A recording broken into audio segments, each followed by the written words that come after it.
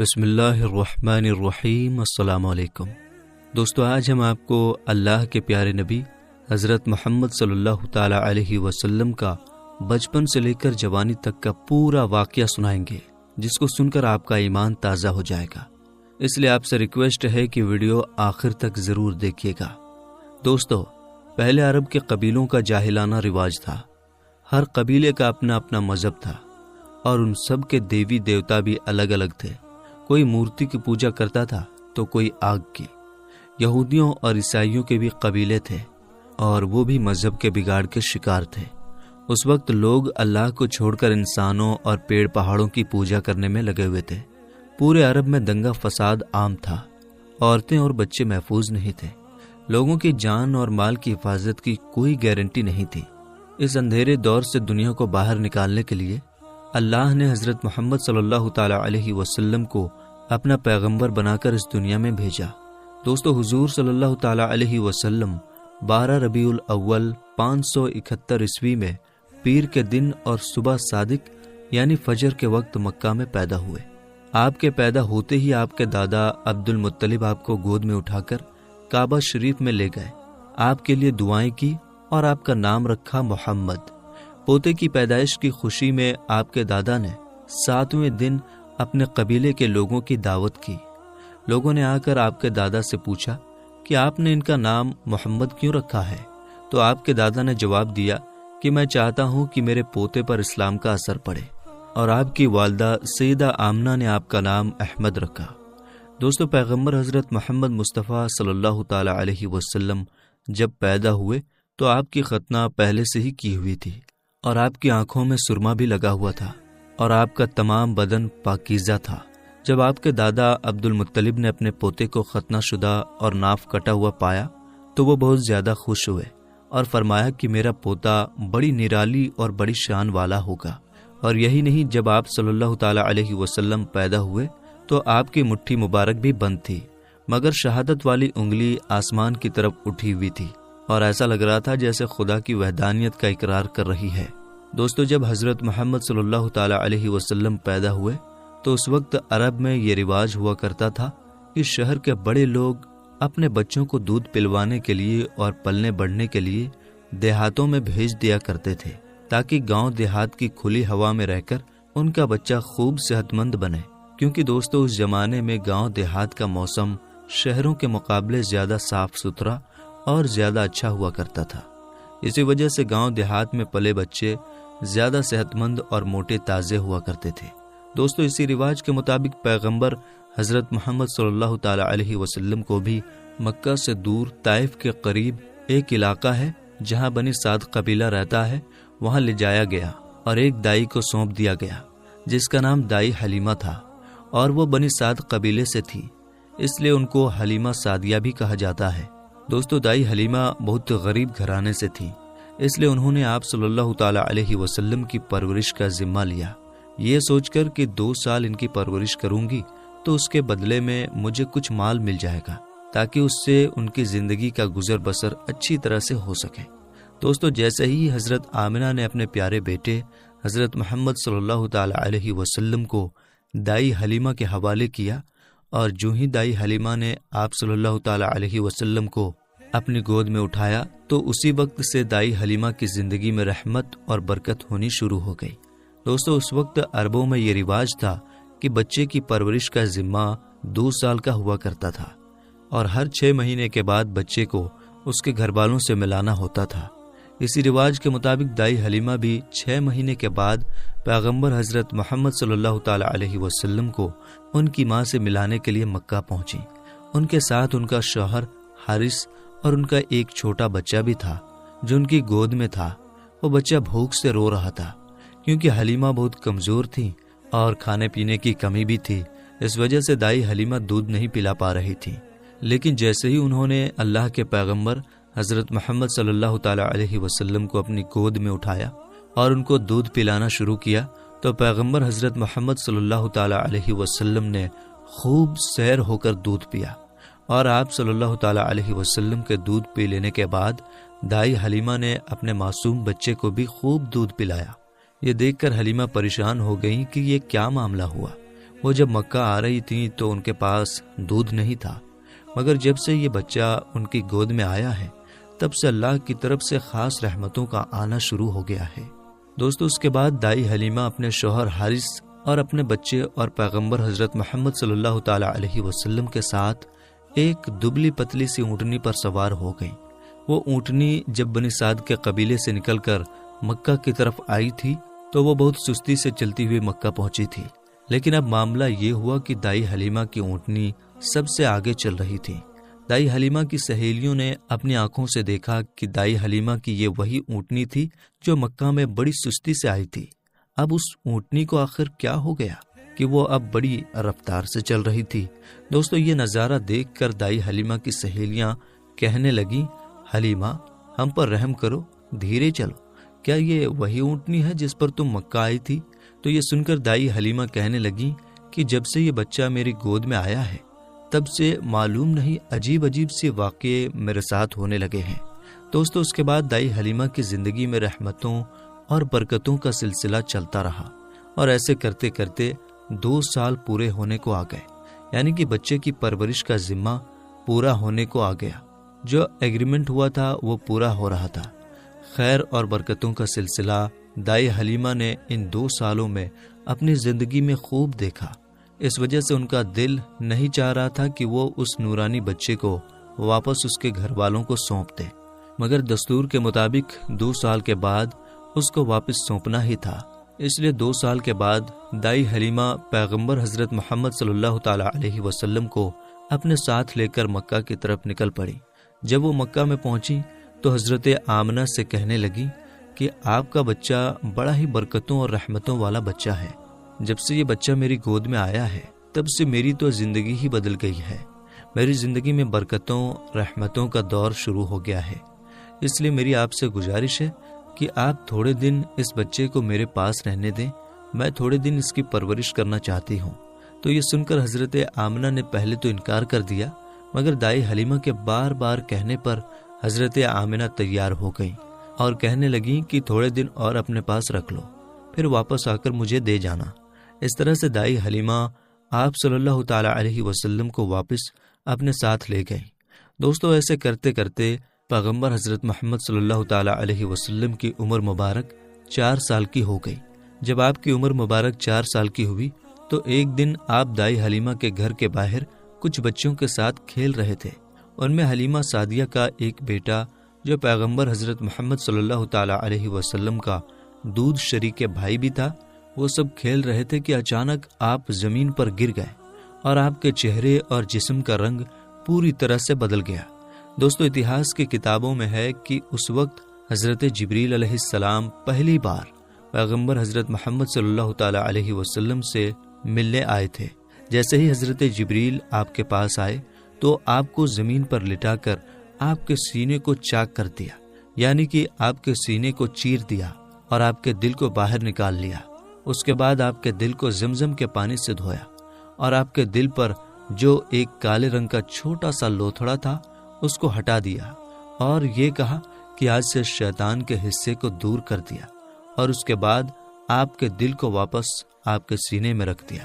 دوستو، ادھر یہ دیکھ کر آپ کے ساتھ کھیل رہے بچے گھبرا گئے کہ آپ کو کیا ہو گیا، اس لیے وہ دوڑے دوڑے دائی حلیمہ کے پاس پہنچ گئے اور کہنے لگے کہ محمد کا کسی نے قتل کر دیا ہے۔ تو یہ سن کر دائی حلیمہ بہت گھبرا گئیں اور پریشان ہو اٹھی اور بھاگتی ہوئی سوچنے لگی کہ مجھے 2 سال کے بعد ہی اس کو اس کی ماں کو دے دینا چاہیے تھا، اب اس کی ماں کو میں کیا منہ دکھاؤں گی۔ یہ سوچتے ہوئے دائی حلیمہ بھاگتی ہوئی آپ تک پہنچی تو حلیمہ نے دیکھا کہ آپ کا جسم کا رنگ بدلا ہوا ہے، مگر تھوڑی دیر کے بعد آپ کو ہوش آ گیا۔ یہ دیکھ کر حلیمہ کی جان میں جان آئی اور کہنے لگی اب اس کو اور نہیں رکھوں گی اپنے پاس۔ اس کے بعد دائی حلیمہ مکہ پہنچی اور پیغمبر محمد صلی اللہ تعالی علیہ وسلم کو حضرت آمنہ کے حوالے کر دیا۔ دوستو، اس کے بعد 4 سال کی عمر کے بعد آپ اپنی ماں حضرت آمنہ کے پاس رہنے لگے۔ اس کے بعد زندگی کے دن بیتتے چلے گئے۔ سن 575 یا 576 میں جب آپ کی عمر 5 اور 6 سال کے بیچ ہوئی تب آپ اپنی ماں حضرت آمنہ کے ساتھ اور اپنے دادا عبد المطلب کے ساتھ مدینہ کی طرف نکلے۔ مدینہ میں آپ کے لیے 2 خاص باتیں تھیں۔ ایک تو یہ کہ مدینہ میں آپ کے والد حضرت عبداللہ کی قبر مبارک تھی، اور دوسری بات یہ تھی کہ مدینہ میں آپ کے دادا عبد المطلب کا ننھال بھی تھا۔ دوستو، اس زمانے میں سفر 1 مہینے یا 1.5 مہینے کا ہوا کرتا تھا، اس لیے آپ کا یہ سفر بھی تقریباً مہینے بھر کا تھا۔ 1 مہینے کے بعد جب آپ پلٹ کر واپس مکہ کی طرف آ رہے تھے تو آپ کی زندگی میں جو واقعہ پیش آیا اسے دیکھ کر آپ کے دادا عبد المطلب بھی رونے لگے۔ اللہ کے پیغمبر حضرت محمد صلی اللہ تعالی علیہ وسلم کو اپنے بچپن کی عمر میں ہی آپ کو دوسرا بڑا جھٹکا لگا اور اللہ نے آپ کو ایک اور آزمائش میں ڈال دیا۔ دوستو، ہوا یہ کہ آپ جب 1 مہینے کے بعد مدینہ سے واپس مکہ آ رہے تھے تو راستے میں ہی آپ کے والدہ حضرت آمنہ کی طبیعت بگڑ گئی اور وہ بری طرح سے بیمار پڑ گئیں، اور اس کے بعد ان کا انتقال ہو گیا۔ مکہ اور مدینہ کے بیچ الابوا نام کی ایک جگہ ہے، وہیں پر حضرت آمنہ کو دفن کیا گیا، اور اس طرح سے آپ 6 سال کی عمر میں ہی یتیم ہو گئے۔ آپ کی اس حالت کو دیکھ کر آپ کے دادا عبد المطلب بہت پریشان ہوئے اور وہ رونے لگے۔ ایک تو یہ کہ آپ کی پیدائش کے کچھ دن پہلے آپ کے والد حضرت عبداللہ کا انتقال ہو گیا تھا، اور اب دوسرا جھٹکا یہ لگا کہ آپ کی عمر ابھی 6 سال کی بھی نہیں ہوئی تھی کہ آپ کی والدہ کا بھی انتقال ہو گیا۔ یہ دیکھ کر آپ کے دادا عبد المطلب کو بہت دکھ ہوا، مگر وہ بھی کیا کرتے، ایک دن تو سب کو مرنا ہے۔ اس کے بعد آپ کے دادا عبد المطلب نے آپ کو اپنی گود میں اٹھایا اور مکہ کی اور چل پڑے، اس فکر کے ساتھ، اس سوچ کے ساتھ کہ آخر اس معصوم سے بچے کے ساتھ ایسا کیوں ہو رہا ہے۔ دوستو، آپ ذرا سوچ کر دیکھیے کہ ان بچوں پر کیا بیتتی ہوگی جو بچپن میں ہی یتیم ہو جاتے ہیں، جن کے والد اور والدہ کا انتقال بچپن میں ہی ہو جاتا ہے۔ اس کے بعد ایسے بچوں کو لوگ دھتکار بھری نظروں سے دیکھتے ہیں، پھر ایسے بچوں کے ساتھ اچھا برتاؤ بھی نہیں کیا جاتا۔ مگر آپ کے ساتھ اللہ کی مدد تھی، جیسا کہ اللہ نے خود قرآن پاک میں ارشاد فرمایا ہے کہ آپ کے یتیم ہونے پر اللہ کی مدد آپ کے ساتھ تھی۔ اسی وجہ سے آپ کے ساتھ اچھا معاملہ پیش آیا اور اللہ نے آپ کو سہارا دیا۔ دوستو، اس کے بعد آپ کے دادا عبد المطلب آپ کو غم کے ساتھ لے کر مکہ میں پہنچے۔ آپ کے گھر کے اندر غم کا ماحول تھا۔ ابو طالب جو آپ کے چچا تھے وہ آپ کو اس حالت میں دیکھ کر رونے لگے۔ ابو طالب آپ کو بہت چاہتے تھے، اور عبد المطلب بھی اپنے بیٹوں سے زیادہ اور اپنے پوتوں سے زیادہ پیغمبر حضرت محمد صلی اللہ تعالی علیہ وسلم کو چاہتے تھے۔ دوستو، ہم آپ کو بتا دیں کہ عبد المطلب وہ شخص تھے جو قریش کے بہت بڑے سردار تھے، ان کی لوگ سب سے زیادہ عزت کیا کرتے تھے۔ کعبہ کی چھاؤں میں ان کے لیے ایک خاص فرش بچھایا جاتا تھا جس پر صرف وہی اکیلے بیٹھتے تھے، کسی دوسرے کو اس پر بیٹھنے کی اجازت نہیں ہوتی تھی۔ اللہ کے پیغمبر حضرت محمد صلی اللہ تعالی علیہ وسلم ابھی چھوٹے تھے، کھیلتے کھیلتے وہاں پر آ جایا کرتے تھے اور آ کر اس پر بیٹھ جایا کرتے تھے، اور حضرت عبد المطلب کے ساتھ ہی آگے آتے تاکہ ان کو اٹھا کر وہاں سے الگ بٹھا دیا جائے، لیکن عبد المطلب ان کو روکتے تھے اور کہتے تھے کہ یہ میرا پوتا ہے اور اسے بیٹھنے دو۔ پھر آپ کے دادا آپ کے سر پر اور آپ کی پیٹھ پر ہاتھ پھیرتے اور آپ کو اپنے پاس بٹھا لیتے تھے۔ دوستو، کہنے کا مطلب یہ ہے کہ آپ کے دادا عبد المطلب کے دل میں آپ کے لیے محبت کوٹ کوٹ کر بھری ہوئی تھی۔ آپ کی وہ ہر خواہش کا خیال رکھتے تھے، آپ کی ہر ضرورت کو وہ پورا کیا کرتے تھے، آپ کو کسی بھی طرح کی کوئی تکلیف نہیں ہونے دیتے تھے۔ وہ ہمیشہ آپ کو اپنے ساتھ رکھتے، اپنے ساتھ میں گھماتے پھراتے اور ہمیشہ آپ کو خوش رکھتے۔ دوستو، ایسا کرتے کرتے دن بیتتے چلے گئے۔ اب آپ کی عمر مبارک 8 سال کی ہو گئی، مگر سوچیے اللہ کے نبی نے کیسی کیسی آزمائشوں سے گزر کر اپنے زندگی کا سفر پورا کیا۔ اب آپ کی عمر مبارک 8 سال 2 مہینے 10 دن کی ہوئی تو ایک دن اچانک آپ کے دادا عبد المطلب کا بھی انتقال ہو گیا۔ مرتے وقت آپ کے دادا نے آپ کی پرورش کا ذمہ ابو طالب کو سونپ دیا۔ ابو طالب آپ کے سگے چچا تھے۔ دوستو، ذرا سوچئے اس بچے پر کیا گزرتی ہوگی جس کے بچپن میں نہ تو ماں کا ساتھ ہوتا ہے اور نہ ہی باپ کا ساتھ، ایک دادا کا سہارا ہوتا ہے، وہ بھی چلا جاتا ہے۔ اس کے بعد آپ کی پرورش کا ذمہ آپ کے چچا ابو طالب اٹھاتے ہیں۔ دوستو، اس کے بعد ابو طالب نے آپ کو سہارا دیا، آپ کی ہر طرح سے حفاظت کی، آپ کی دشمنوں سے، تلوار سے، ہر طرح سے آپ کو محفوظ رکھا اور آخری سانس تک آپ کی مدد کرتے رہے۔ حالانکہ ابو طالب پیسے والے نہیں تھے، پھر بھی آپ کو کسی بھی بات کی کمی محسوس نہیں ہونے دی۔ آپ جس بھی چیز کی خواہش کرتے تھے آپ وہ پوری کر دیتے تھے۔ میرے دوستو، اس کے بعد دن بیتتے چلے گئے۔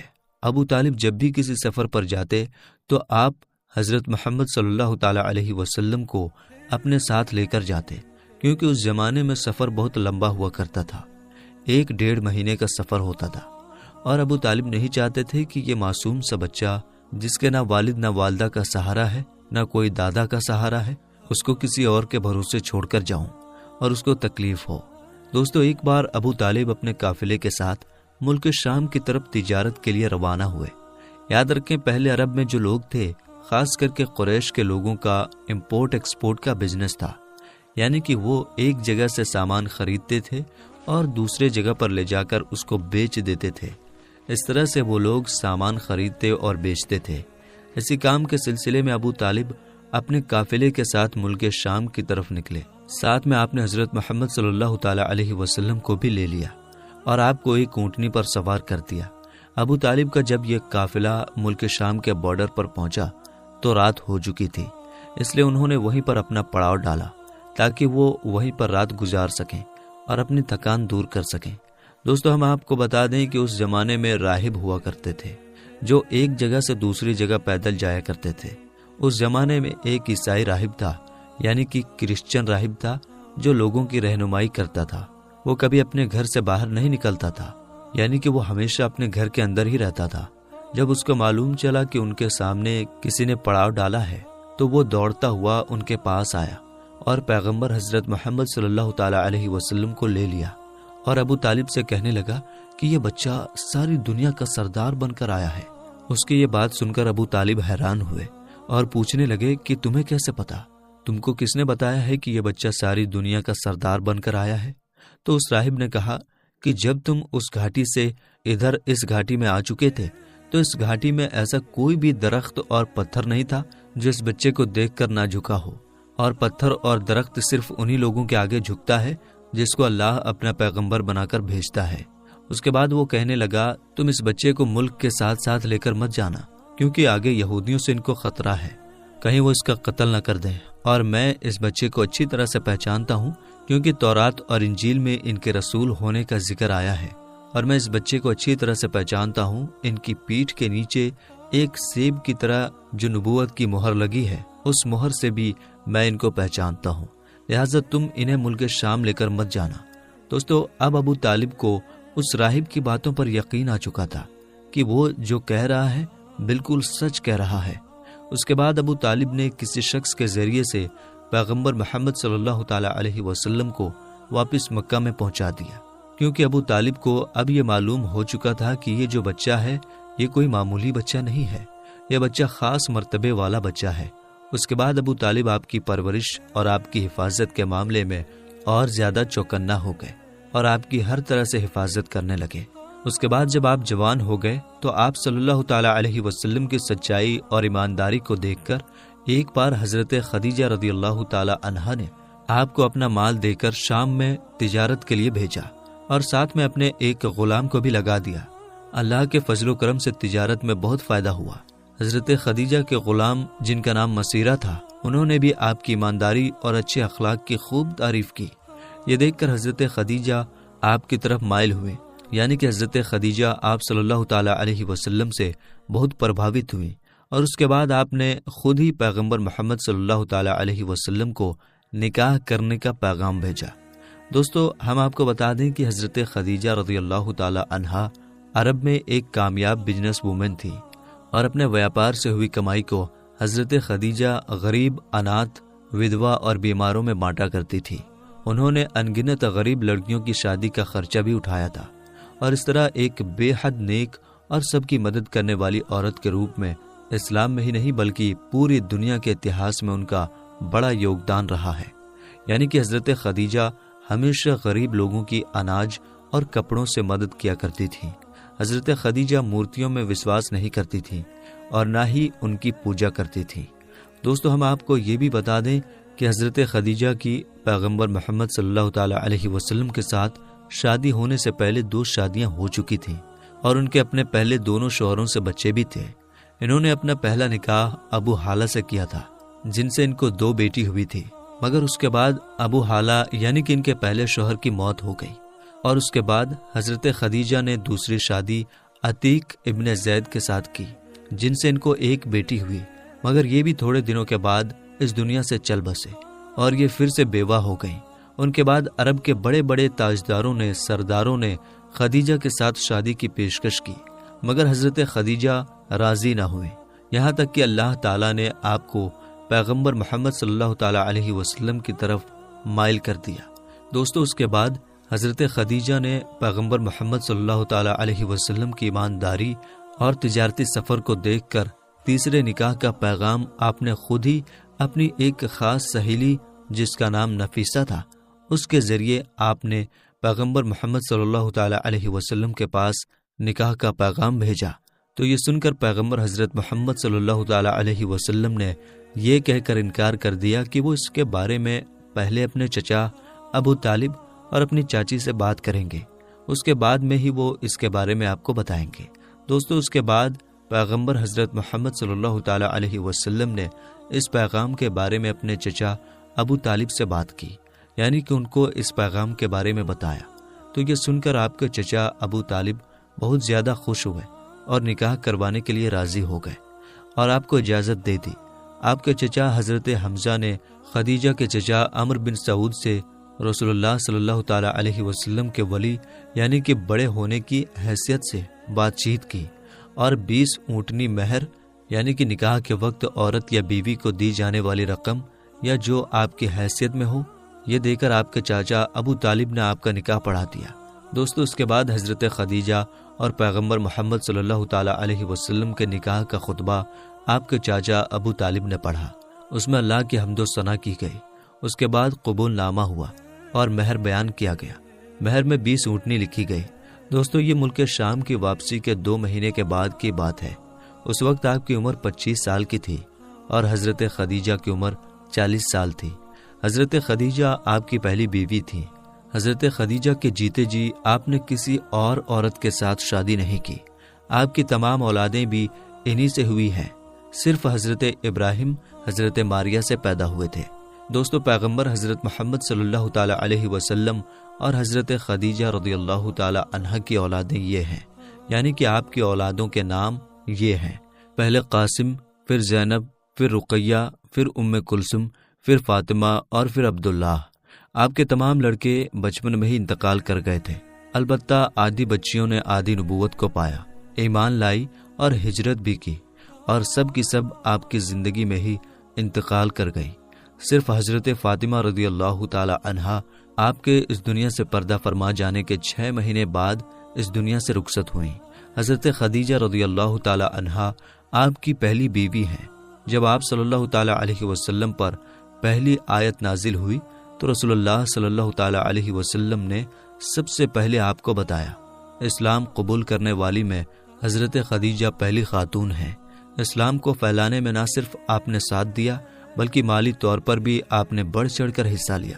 دوستو، پیغمبر حضرت محمد صلی اللہ تعالی علیہ وسلم حضرت خدیجہ رضی اللہ تعالی عنہا سے بہت محبت کیا کرتے تھے، اور ان کے ہوتے ہوئے یعنی کہ حضرت خدیجہ کے جیتے جی آپ نے دوسری شادی نہیں کی تھی۔ حضرت خدیجہ اور پیغمبر محمد صلی اللہ تعالی علیہ وسلم کا ساتھ تقریباً 25 سال تک رہا۔ اللہ کے پیغمبر حضرت محمد صلی اللہ تعالی علیہ وسلم نے فرمایا کہ خدیجہ دنیا کی بہترین عورتوں میں سے ہے۔ آپ رضی اللہ تعالی عنہا کی وفات کے بعد بھی پیغمبر حضرت محمد صلی اللہ تعالی علیہ وسلم اکثر آپ کو یاد کیا کرتے تھے اور آپ کی سہیلیوں کو ہدیہ بھجواتے رہتے تھے۔ دوستو، پیغمبر حضرت محمد صلی اللہ تعالی علیہ وسلم کی تمام اولادیں یعنی کہ آپ کے 6 بچے حضرت خدیجہ سے ہی ہیں، سوائے حضرت ابراہیم رضی اللہ تعالی عنہ کے۔ حضرت خدیجہ کی قبر مبارک جنت المعلی مکہ میں ہے۔ جس سال حضرت خدیجہ رضی اللہ تعالی عنہا اور آپ کے چاچا ابو طالب کا انتقال ہوا تھا، اس سال کو آپ نے غم کا سال قرار دیا۔ میرے دوستو، اعلان نبوت سے پہلے اللہ کے پیغمبر حضرت محمد صلی اللہ تعالی علیہ وسلم کچھ کھانے پینے کا سامان اپنے ساتھ لے کر غار حرا کی پہاڑی پر چلے جایا کرتے تھے اور وہاں جا کر اللہ کی عبادت کرتے تھے، یعنی کہ اللہ کی عبادت میں مشغول رہتے تھے۔ یہ سلسلہ کافی دنوں تک ایسے ہی چلتا رہا، یعنی کہ کافی دنوں تک آپ اسی طرح سے غار حرا کی پہاڑی پر جا کر اللہ کی عبادت کرتے رہے۔ ایک مرتبہ اللہ کے پیغمبر حضرت محمد صلی اللہ تعالی علیہ وسلم غار حرا کی پہاڑی پر اللہ کی عبادت میں مشغول تھے کہ اتنے میں آپ کے پاس حضرت ابراہیم علیہ السلام اپنی اصل شکل و صورت میں آپ کے پاس تشریف لائے، یعنی کہ اچانک حضرت جبریل علیہ السلام آپ کے سامنے نازل ہو گئے۔ ہم آپ کو بتا دیں کہ یہ جبرائیل علیہ السلام اللہ کے سارے فرشتوں کے سردار ہیں، اور حضرت جبریل علیہ السلام کی طاقت اتنی ہے کہ اگر جبرائیل اپنا ایک پر پھیلا دیں تو پورب سے لے کر پشچم تک اس پوری دنیا کو چھپا لیں، یعنی کہ اتنا بڑا حضرت جبریل علیہ السلام کا ایک پر ہے، اور حضرت جبریل علیہ السلام کے اس طرح کے 70,000 پر ہیں۔ اب آپ سوچئے کہ حضرت جبریل کتنے زیادہ بڑے ہوں گے۔ اس کے علاوہ حضرت جبریل کی اسپیڈ اتنی زیادہ ہے کہ یہ پلک جھپکتے ہی سدرہ سے زمین پر آ جاتے ہیں، اور پلک جھپکتے ہی اس زمین سے واپس سدرہ پر پہنچ جاتے ہیں۔ یہ حضرت جبریل علیہ السلام کی طاقت کا عالم ہے۔ اگر حضرت جبریل علیہ السلام چاہیں تو اس پوری زمین کو اٹھا کر پلٹ سکتے ہیں۔ قوم لوط کو اسی طرح سے حضرت جبریل علیہ السلام نے پلٹا تھا۔ یہ حضرت جبریل علیہ السلام کی شان ہے جو اللہ کے ایک فرشتے ہیں۔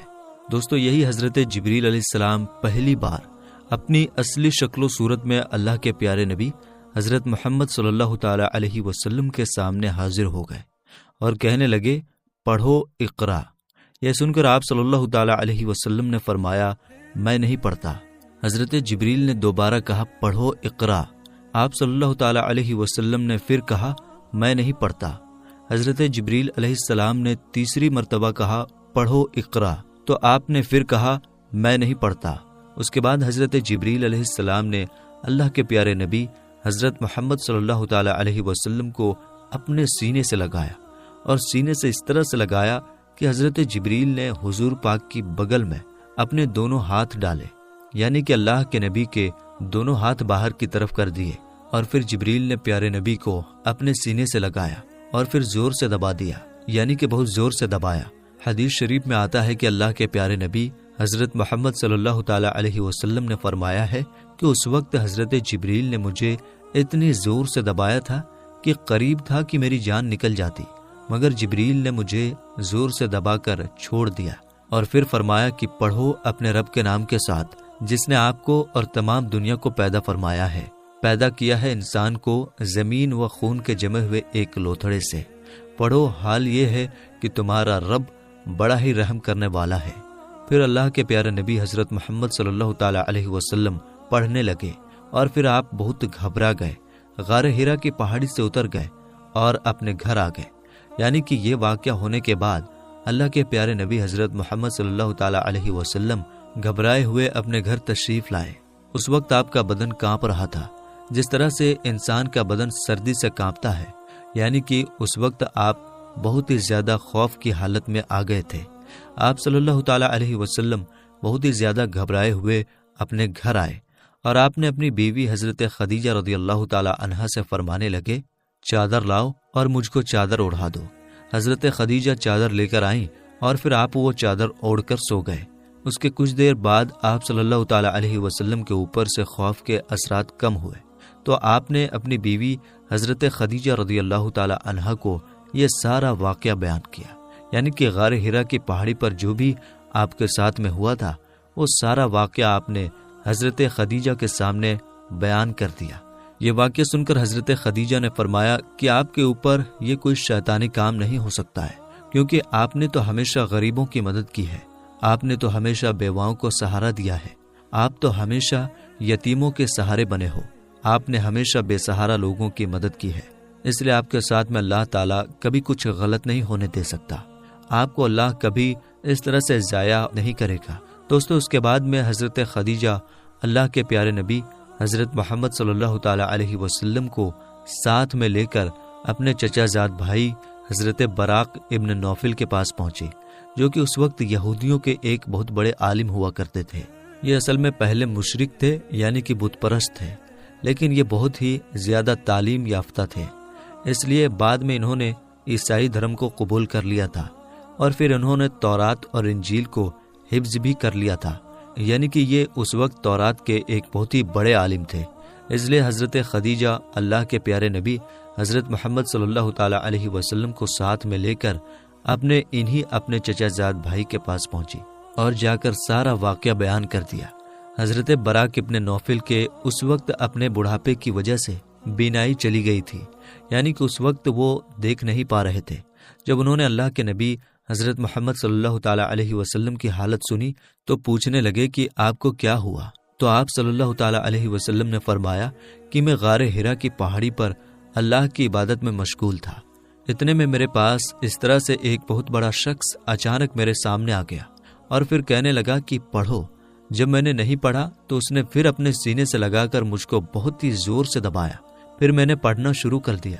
اب دوستو، جیسا کہ ہم نے آپ کو پہلے بتایا کہ حضرت براق ابن نوفل اس وقت کی تورات اور انجیل کے ایک بہت بڑے عالم تھے، اس لیے وہ اللہ کے آخری نبی کے آنے کی تمام نشانیوں کے بارے میں اچھی طرح سے جانتے تھے۔ اس لیے وہ یہ سن کر کہنے لگے کہ اللہ کی قسم، جو بھی آپ کے پاس میں آیا تھا وہ وہی اللہ کا فرشتہ تھا جو حضرت موسیٰ اور حضرت عیسیٰ علیہ السلام پر نازل ہوتا تھا، یعنی کہ جو فرشتہ حضرت موسیٰ اور حضرت عیسیٰ کے پاس آتا تھا وہ فرشتہ آپ کے پاس میں آیا تھا، اور ان قریب ہے کہ اب آپ کی قوم آپ کو علاقے سے، آپ کو اپنے شہر سے باہر نکال دے گی، کیونکہ آج تک جس نے بھی حق کی آواز اٹھائی ہے، جتنے بھی آج تک نبی اس دنیا میں آئے ہیں، ان سب کو اسی طرح سے سزا دی گئی ہے، کیونکہ حضرت براق ابن نوفل تورات اور انجیل کے بہت بڑے عالم تھے، اس لیے وہ اللہ کے آخری نبی کے آنے کی تمام نشانیوں سے اچھی طرح سے واقف تھے، اس لیے انہوں نے یہ ساری باتیں آپ کو بتا دیں۔ اور انہوں نے اس سے پہلے حضرت خدیجہ سے بھی یہ سن چکے تھے کہ وہ پیغمبر حضرت محمد صلی اللہ تعالی علیہ وسلم سے نکاح بھی اس لیے کیا تھا کہ آپ سچے ہیں، آپ امانت دار ہیں۔ یہ ساری باتیں بتا کر پھر حضرت براق ابن نوفل فرمانے لگے، اگر میں اس وقت تک زندہ رہا تو میں تمہاری ضرور مدد کروں گا۔ اس کے بعد یہ سن کر وہیں پر حضرت خدیجہ نے آپ کا پہلا کلمہ پڑھ لیا، یعنی کہ حضرت خدیجہ پہلی خاتون تھیں جو آپ پر ایمان لے آئی، اور دوسرے حضرت براق ابن نوفل تھے جس نے آپ صلی اللہ تعالی علیہ وسلم کی تصدیق کی، یعنی آپ کے بارے میں بتایا، یعنی کہ دوسرا کلمہ انہوں نے پڑھا۔ تو میرے دوستو، آگے کا واقعہ انشاءاللہ ہم اپلوڈ کریں گے، اس لیے چینل کو ضرور سبسکرائب کر لیجیے گا۔ ملیں گے انشاءاللہ تعالی اگلی ویڈیو میں۔ السلام علیکم، اللہ حافظ۔